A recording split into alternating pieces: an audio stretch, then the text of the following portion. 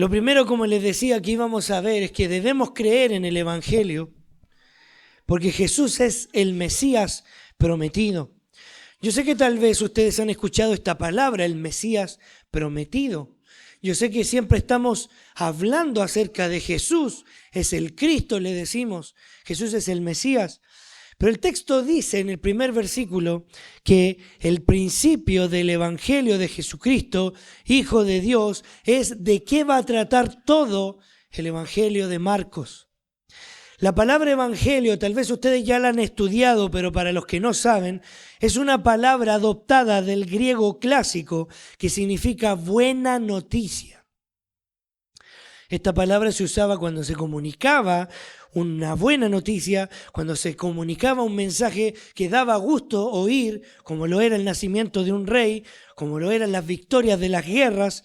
Esta palabra la quisieron adoptar los apóstoles para poder comunicar una buena noticia, y esta buena noticia claramente la quiere expresar Marcos por medio de este primer versículo. Él dice que es una buena noticia Jesús. Jesús es la buena noticia, porque dice el texto que Jesús es el Cristo. Su significado, que Jesús es el Cristo, es, como lo decía el texto acá, es el Mesías. Jesús es el Mesías prometido, el Hijo de Dios. Si bien es cierto, Marcos está expresando un anuncio que a lo largo de su exposición probará. Y dentro de las pruebas que él va a establecer por medio de estos 14 versículos que vamos a ver el día de hoy, también nos viene a mostrar a nosotros que las citas de las Escrituras que él considera también exponen esta verdad. También vienen a defender esta verdad. Parte del versículo 2 diciendo, como está escrito en Isaías el profeta. He aquí, yo envío mi mensajero delante de tu faz, el cual preparará tu camino delante de ti. Voz del que clama en el desierto, preparad el camino del Señor, enderezad sus sendas. Tal vez muchos han leído solamente este texto, pero esta cita no es solamente de Isaías, sino también de otro autor. Si usted abre su Biblia en Malaquías capítulo 3, versículo 1, usted se da cuenta que este es el primer texto en ser citado por Marcos. Isaías capítulo 40, versículo 3, también nosotros vemos ese contexto bíblico allí. Y estos versículos, hermanos, interesantemente, expresan un anuncio que cuando fueron escritos no pudieron verse, no pudieron entenderse porque eran para el futuro. Y aunque tuviéramos solamente esos textos citados y no una resolución, no un cumplimiento, tal vez tampoco pudiésemos entender de quién se está hablando allí. Claramente para nosotros es más fácil entender que se está hablando de Jesús, pero para los oyentes de Marcos en ese momento no era tan fácil entenderlo. Es por lo mismo que el texto menciona, o el texto que se menciona en estas citas del Antiguo Testamento, como por ejemplo en Malaquías, en ese contexto se estaba hablando acerca de un juicio de Jehová contra su pueblo. El pueblo estaba haciendo cosas horrorosas. El pueblo estaba sacrificando animales defectuosos para Dios. La adoración ya no les importaba. Ni siquiera los sacerdotes tenían las intenciones de honrar a Dios con sus vidas. El Señor, fíjense hermanos, que manda este mensaje o este comunicado por medio de este profeta llamado Malaquías, advirtiendo que iba a venir un juicio sobre ellos, pero antes de ese juicio iba a enviar un mensajero que presentaría al Dios vivo antes de consumir todo, una purificación de los suyos para que presente una ofrenda grata al Señor Santo. Y esa purificación la traería el Mesías, la traería Cristo, nadie más que Él. Ningún hombre podía traer esta ofrenda, esta purificación al Señor.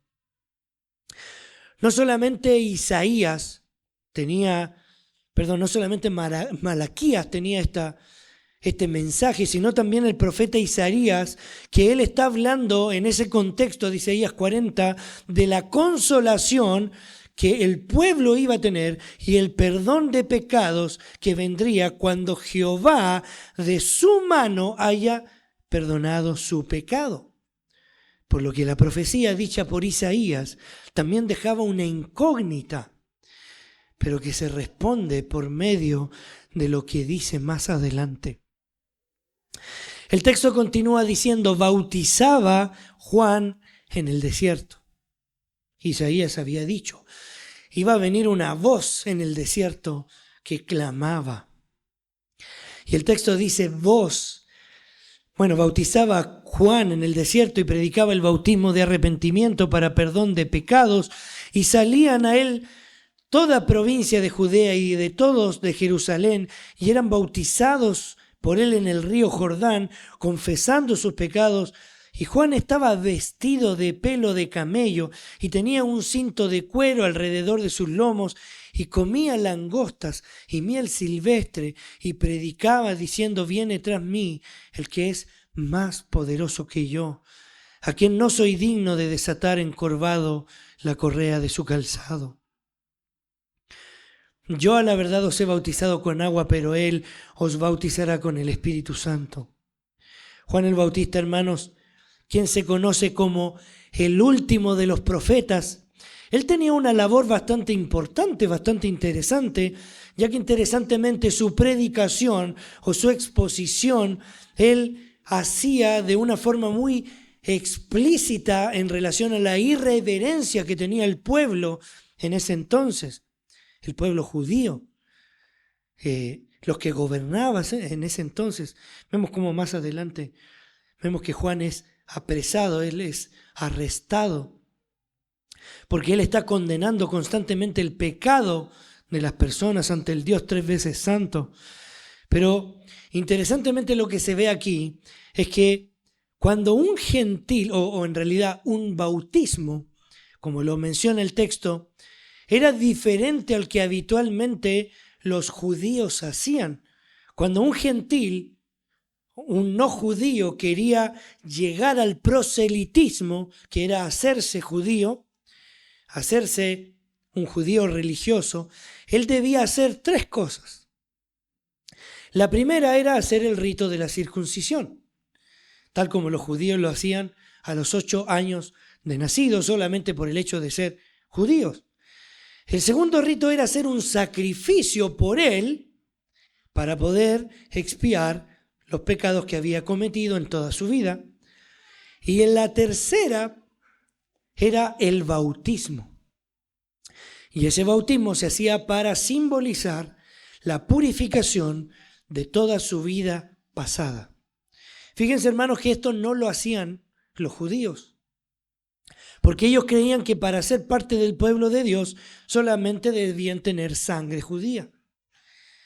Y ya estaban dentro. Pero como Juan lo dice en el capítulo 1, versículo 12 y versículo 13 del Evangelio de Juan, la salvación no viene por voluntad de carne, sino por voluntad divina. No es por voluntad de varón, no es por herencia, no es por imposición, no es porque yo quise hacerlo. Pero el punto aquí, hermanos, es que Juan el Bautista no estaba predicando el arrepentimiento a los gentiles. Dice la palabra del Señor que él no era una sucursal, podríamos decir, del proselitismo judío para los gentiles en el pueblo, como teniendo tal vez convenio con las sinagogas. No era esto lo que Juan estaba haciendo, era diferente, porque incluso hasta en sus propias ropas él estaba reflejando una diferencia a los líderes religiosos de ese entonces.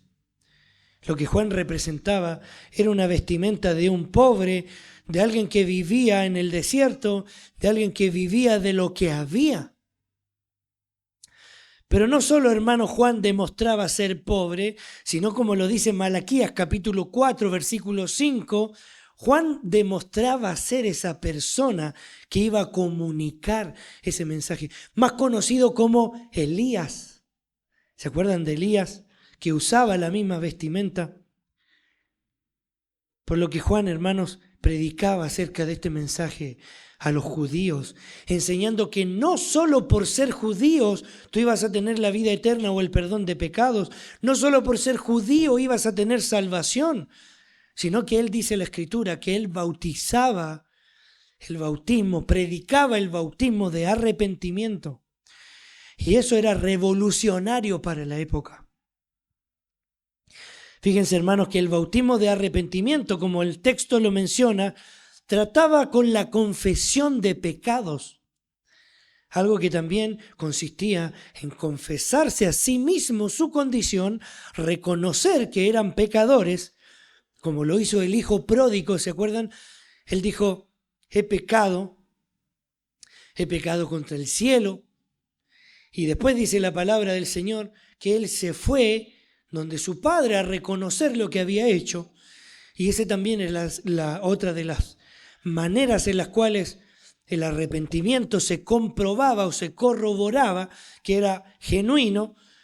Debían reconocer lo malo y además debían ir a pedir perdón a las personas que habían ofendido, en donde se demostraba la humillación de la persona ante el Dios tres veces santo. Pero también esta confesión, hermanos, incluía algo que podía ser más fácil, que era pedir perdón a Dios. ¿Por qué digo más fácil? Porque era simplemente estar en ese lugar y tú solamente veías si lo hacías bien o no.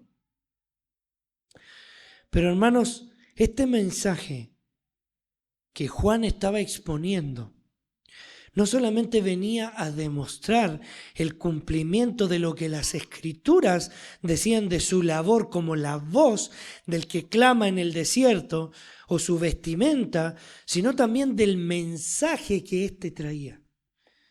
Y el mensaje era, viene tras mí el que es más que yo, a quien no soy digno de desatar encorvado la correa de su calzado. Yo a la verdad he bautizado con agua, pero él os bautizará con el Espíritu Santo. Por lo que pasamos al segundo punto de esta predicación, y que quiero que ustedes pongan atención en esto, porque la confirmación de Juan, y no solamente de Juan, sino de los profetas, el cumplimiento de los profetas, lo que dice Marcos en el primer versículo, hacen evidente que Jesús no solamente es el Mesías prometido, sino que lo que viene después viene también a ser evidente que Jesús es el Hijo de Dios. Y dice la palabra del Señor lo siguiente. Aconteció que en aquellos días que Jesús vino de Nazaret de Galilea y fue bautizado por Juan en el Jordán, luego cuando subía del agua vio abrirse los cielos y al Espíritu como paloma que descendía sobre él. Y vino una voz de los cielos que decía, tú eres mi Hijo amado, en ti tengo complacencia. Y luego el Espíritu le impulsó al desierto y estuvo allí en el desierto 40 días y era tentado por Satanás y estaba con las fieras y los ángeles le servían. Las escenas cambian en esta película, por así decirlo. Aparece Jesús de Nazaret, este pueblo que era parte de la región, Galilea. Sabemos que Jesús no nació en Nazaret, se le apodaba de Nazaret, pero él era de Belén, de la tierra de David, para que la profecía también se cumpliese. Jesús fue bautizado por Juan, pero ¿tenía Jesús la necesidad de bautizarse? En ninguna manera. ¿Para qué era el bautismo? Para perdón de pecado. Jesús se bautizó, ¿para qué entonces si él no conoció pecado? Bueno, claramente podemos ver cómo el Señor muchas prácticas las fue haciendo para cumplir lo que era correcto, para darnos ese ejemplo que nosotros debíamos seguir. Jesús no necesitaba bautizarse, nosotros sí. No para perdón de pecados, sino para reflejar que ya hay un bautismo dentro de nuestro corazón, dentro de nuestra mente. Ya hay un lavamiento con la sangre de Cristo, que lo evidenciamos de manera pública por medio del bautismo. Pero claramente podemos ver cómo el Señor estaba de acuerdo con lo que Juan estaba predicando. Él confirma lo que Juan está haciendo también. Jesús respalda a Juan como el profeta. Hay muchas cosas aquí. Y interesantemente,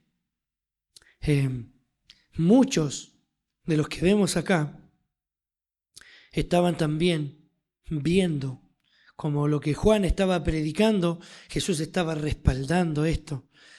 El bautismo para él sí era necesario. Y lo menciona en su ministerio como él también bautizó a muchos usando el mismo modelo de Juan. Al final de sus días, él les mencionó a sus discípulos: bauticen, hagan discípulos. ¿Cómo es un discípulo de Cristo?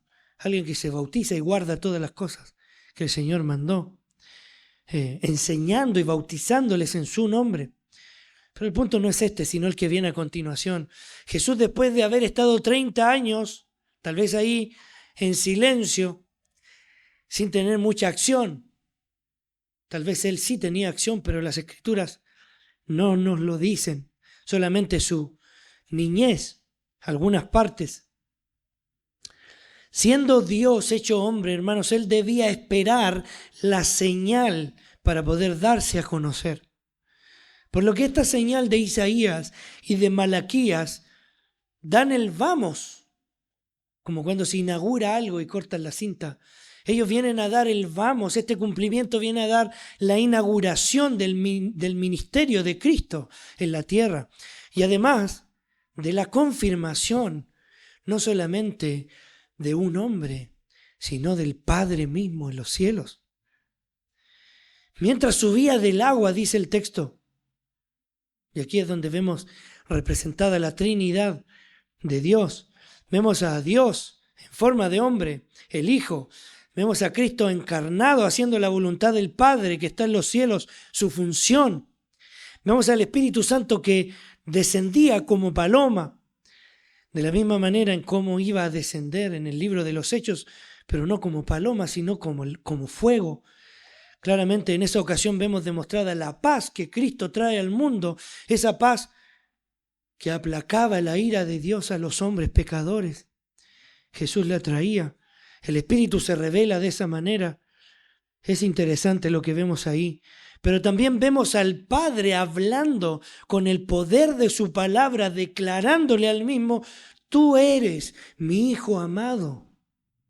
Mateo dice en su declaración: este es mi Hijo amado. Pero en esta ocasión dice: tú eres mi Hijo amado. Por lo cual vemos una vez más una confirmación, no de una manera escrita, como la que hace Isaías y Malaquías, sino de una manera hablada, directa. Qué hermoso es ver eso, hermanos, porque una vez más se confirma que Jesús es el Cristo, porque el Padre lo dice. Si bien es cierto, toda la Escritura es inspirada por Dios, y Él inspiró a Malaquías, Él inspiró a Marcos, Él inspiró a Isaías, pero en esta ocasión vemos cómo Él directamente está diciendo: este es mi Hijo amado. Interesantemente, no solamente Malaquías y Isaías están puestos ahí en el texto. Si usted va al Salmo capítulo 2, versículo 7, ve cómo el texto dice: yo publicaré el decreto, Jehová me ha dicho, mi hijo eres tú, yo te engendré hoy. Considerando esto, hermanos, el mismo relato que el Padre dice, otro escrito también es dicho por medio de Isaías en el capítulo 42, del 1 al 4, dice: he aquí mi siervo, yo le sostendré, mi escogido, en quien mi alma tiene contentamiento. He puesto sobre él mi espíritu, él traerá justicia a las naciones. No gritará ni alzará su voz, ni la hará oír en las calles. No quebrará la caña cascada, ni apagará el pábilo que humeare. Por medio de la verdad traerá la justicia. No se cansará ni desmayará hasta que establezca en la tierra justicia, y las costas esperarán su ley. Por lo que una vez más, Las pruebas que estos pasajes nos entregan acerca de Cristo Jesús, el Hijo de Dios, van siendo cada vez más reales. Y ahora, hermanos, consideremos otra cosa más, porque después de que el bautismo del Señor es hecho y la voz de Dios se escucha y el Espíritu de Dios se manifiesta, comienza la acción del Mesías en la tierra. Como que comienza el clímax de la película.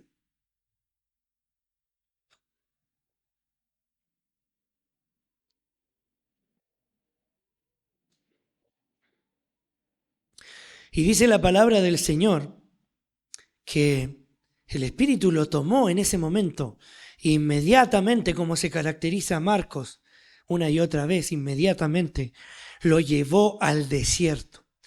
Su ministerio había comenzado, la señal ya había sido establecida, ya había sido dicha la señal, este es el Hijo de Dios. Pero el texto nos muestra una situación que vive Cristo que no es muy agradable. Marcos lo desarrolla no en muchos detalles de lo que sucede aquí en esta parte del desierto, pero Mateo 4 del 1 al 11 y Lucas 4 del 1 al 13 se extiende mucho más al demostrar lo que pasó con Jesús allí. En esos pasajes dice que Jesús tuvo hambre, que el diablo lo tentó, él le dijo que convirtiera las piedras en pan, él le ofreció la gloria, lo llevó a esos lugares altos, lo tentó usando la palabra del Señor, diciéndole, tírate de aquí, de este precipicio. Pero, ¿por qué Marcos no considera eso? ¿Por qué es irrelevante para Marcos esto? Pero fíjense, hermanos, lo que sucede al final, o lo que sucede en esta parte del texto. Y es que Jesús, dice la palabra del Señor, está en el desierto 40 días, está siendo tentado por Satanás, pero él estaba entre las fieras y los ángeles le servían. Nadie iba a estar con las fieras así como así. Las fieras, ¿qué hacen? Son fieras, atacan. Y Marcos lo establece así como tan simple. Estaba entre las fieras. ¿Se acuerdan de Daniel con los leones? Entre las fieras y no pasaba nada. Interesantemente vemos lo que el texto nos muestra y nos dice cómo de manera inmediata los mismos ángeles vienen a servir al Señor, a su Señor, al Dios todopoderoso, hecho hombre, encarnado, dispuesto a ir a la cruz, a la humillación máxima. A diferencia de la gloria máxima que Satanás le estaba ofreciendo al Señor, él no lo quiso. A pesar de que él en su humanidad podría haber accedido a eso, él no conoció pecado. Él no cedió a la tentación. Todo lo que él necesitaba era su disposición, porque él era Cristo. Él era el Hijo de Dios. Y aquí es donde viene la última parte, hermanos, y tal vez la parte más importante del pasaje. Todo es importante, pero hay algo que sobresale más. Porque hemos estado hablando todo el rato de Jesús. ¿Cómo es que Jesús es mencionado? ¿Cómo es que el Hijo de Dios es mencionado? Marcos lo menciona, Isaías lo menciona, Malaquías lo menciona. David lo menciona, todos lo mencionan, todos mencionan qué es lo que iba a pasar con el Señor, pero aquí es donde vemos directamente las palabras del Señor, y eso es lo más importante.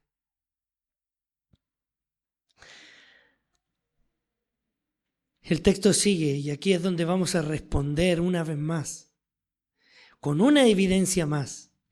¿Por qué debemos arrepentirnos y creer? Y es porque el tiempo se ha cumplido.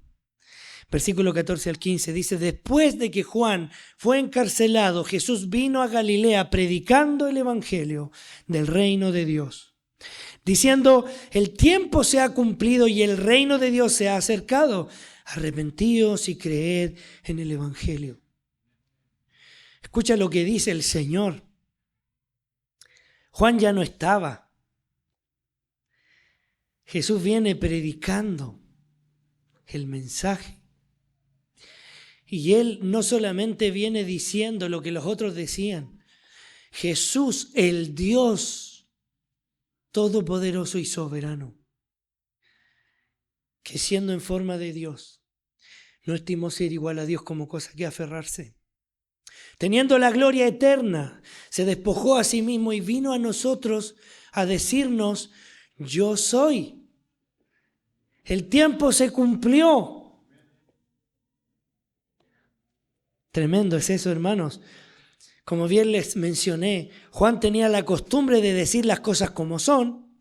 Dice la palabra del Señor ahí, que a ninguna de las autoridades que estaban allí le gustaba lo que Juan le decía cuando él estaba condenando a Herodías, esta mujer que se había metido con sus familiares, los gobernadores. Él condenaba ese pecado. Sabemos cómo Juan muere, el rey ahí, borracho, le dice a la hija de esta mujer, ¿qué es lo que tú quieres? Y ella pide la cabeza de Juan. Vemos que la actividad de Juan cesó, terminó con la muerte, solamente por la misericordia de Dios. Su trabajo se efectuó, simplemente hizo lo que tenía que hacer. Creo que esa debe ser nuestra mentalidad. Decir lo que tenemos que decir. Y si morimos, para Él morimos. Si perdemos la voz, para Él perdemos la voz. Pero hermanos, entendemos cómo esa valentía de Juan nos anima, nos estimula también. Pero una vez más el texto no está hablando de eso. Yo lo enseño solamente porque está en el texto. No quiero pasarme por encima de nada. Pero el mensaje, como ya vimos al principio, Jesús comienza su ministerio predicando el evangelio del reino de Dios. Y ese mensaje era una buena noticia. ¿Cuál era la buena noticia? Jesús la describe de la siguiente manera: el tiempo se ha cumplido. Esa era la buena noticia. El tiempo se había cumplido. Ese tiempo, hermanos, de pensar que un día el Mesías iba a venir. Ese tiempo en Génesis 3:15 que se prometió diciendo que la cabeza de la serpiente iba a ser pisoteada por la simiente de la mujer. Ese tiempo donde el Padre iba a hablar desde los cielos acerca de su Hijo. El tiempo donde Elías iba a predicar sobre él. Ese tiempo en donde el pueblo de Dios vendría la purificación y la paz. Ese tiempo donde el Cordero debía ser llevado al matadero y que no abriría su boca y traería el mayor de los sacrificios. Ese tiempo se había cumplido. Y el tiempo se había cumplido y el reino de Dios se había acercado. El reino de Dios se había acercado. El Mesías iba a encarnarse en forma de hombre y despojarse de su forma de Dios. Iba a venir a la tierra demostrando que era Dios, haciendo milagros, prodigios, señales, sanando enfermos, haciendo ver a ciegos, haciendo andar a cojos, resucitando a muertos a la vida, pero aún mayor, dando vida a quienes estaban muertos en delitos y pecados y viviendo sin pecado y sin mancha, yendo a una cruz por nuestros pecados, muriendo y resucitando, no como Juan que quedó ahí, no como Isaías, no como Malaquías, sino como el Cristo que iba a resucitar al tercer día, en donde Dios le hizo Señor y Cristo.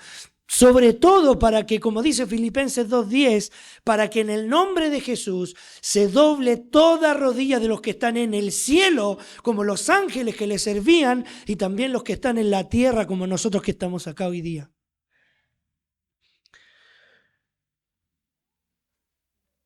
Pero el mensaje no termina allí, sino que Jesús, el Hijo de Dios, dice: arrepentíos y creed en el Evangelio.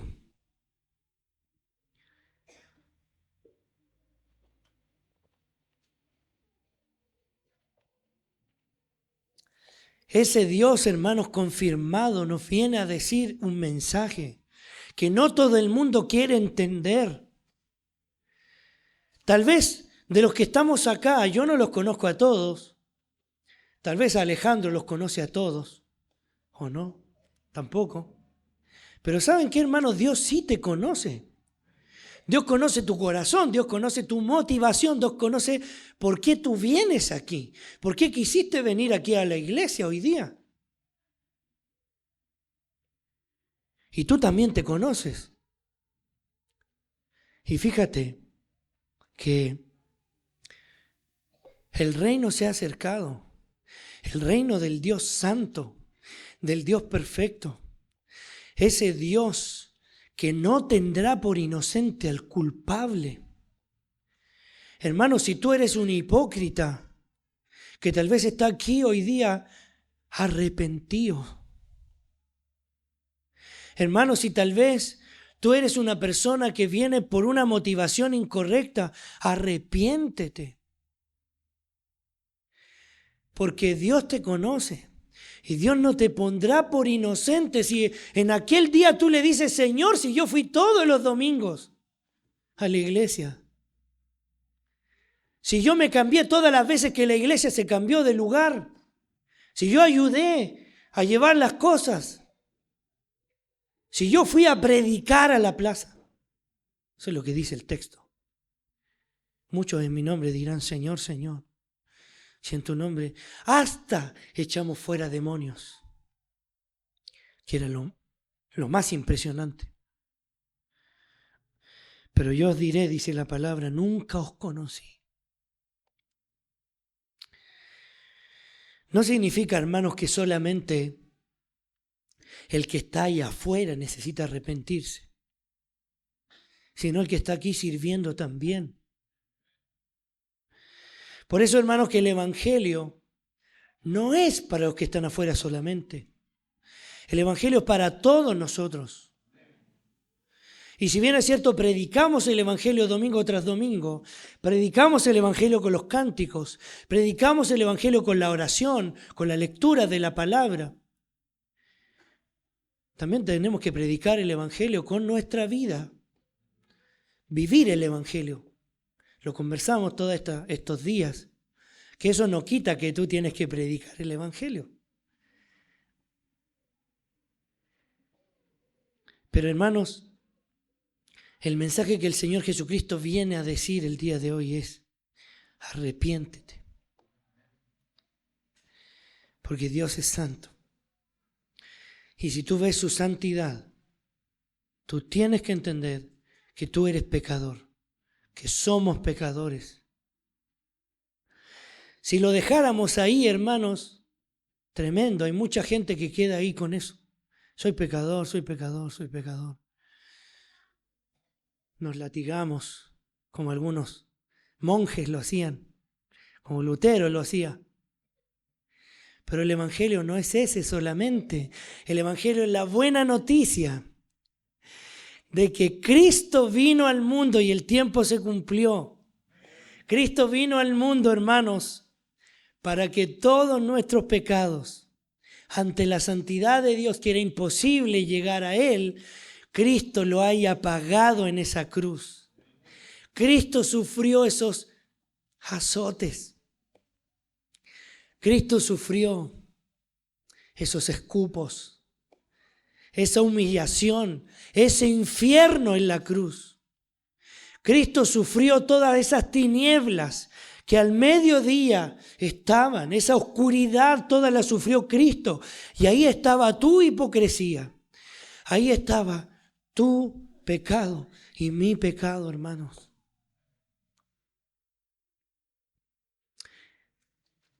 Hermanos, ¿quieres arrepentirte de tus pecados después de entender que por medio del poder del Espíritu Santo que te está enseñando el día de hoy te afirma una y otra vez que Jesús es el Señor? Entonces date cuenta que eres un pecador, no tienes nada que ofrecer, Mírate al espejo y ve lo miserable que eres sin Cristo. Considera lo fiel y verdadero que es Dios, lo mentiroso que soy yo y que eres tú, lo santo que es Dios, lo inmundo que soy yo y que eres tú. Pero date cuenta, hermano, que aún así Cristo te amó y murió por ti.